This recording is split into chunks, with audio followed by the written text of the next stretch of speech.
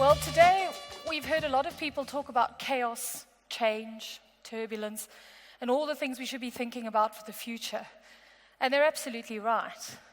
But what I'd like to do today is take a little bit of a pause and say, can we come back to the present? I have the absolute privilege of working with organizations, both large and small, in understanding how to get to grips with the talent they employ, to get the most out of the people, and to get the people to give the most to the organization.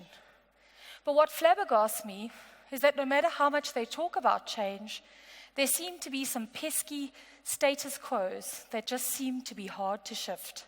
And I'd like to talk about challenging those today.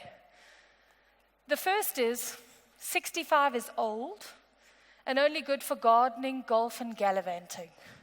Now, I'm all for golf, but the idea of 30 years post-retirement of golf just seems a little bit too much.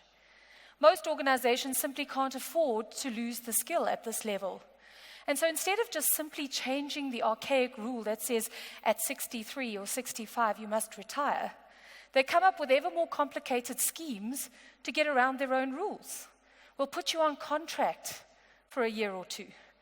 And when we still can't afford to let you go, we'll outsource you to a third party. Change the rule. A university degree is essential. Really? Is it? Well, talk to the thousands of students who've been on protest for the last 6 months, and they'll have you believe that it is. What's really exciting is that big organizations, including PwC and Deloitte, are finally seeing the light that there actually is no guarantee of success linked to a degree, and rather have dropped that as a primary qualification for getting into the business. They've simply adapted their recruitment and selection technologies and techniques to say, let's measure the potential of every individual and match that against the unique requirements of the role for which we're recruiting. It's too risky to employ someone with potential, must do exactly what we need them to do. Probably the hardest thing for recruiters to do today is sell a candidate who doesn't look perfect on paper. According to LinkedIn's survey of last year, the Talent Trends, 66% of all people who changed jobs in South Africa moved laterally, meaning they picked up their briefcase, walked over to a different environment, and carried on doing exactly the same thing. Is it any wonder then that their primary motivator is money? Because they're arguably not getting anything different. What does excite me, though, and especially as someone who's made a dramatic career shift at least twice in my career, is that 1 in 3 who changed jobs last year changed careers entirely. Happy employees don't leave. Not true. Again, the survey shows us that nearly half of those who changed jobs would have indicated that they were happy and satisfied. The Gallup survey shows that just 9%, of us get up every day loving what we do and going to do a great job.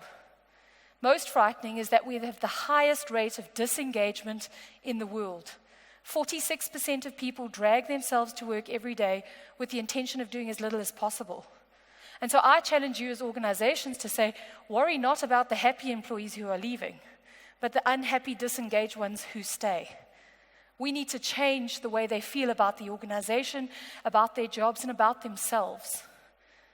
If I can't see you, you're not working. Really? I bet if I look around, many of you I can see and we think you're working, but you're probably on social media or something else.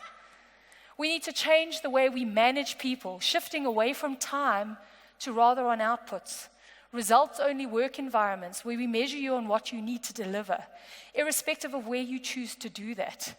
Why fight 2 hours to get to Sandton every day when I could do an even better job sitting at home? Job security equals permanent employment. Ask the over 200,000 people who were retrenched last year, I think they'd disagree. What we need to do is empower people to understand that their security comes not from the job or the organization they're in, but in their skills, their value, their employment security. I'd love to help you and your organization understand how to get to grips today with what needs to change.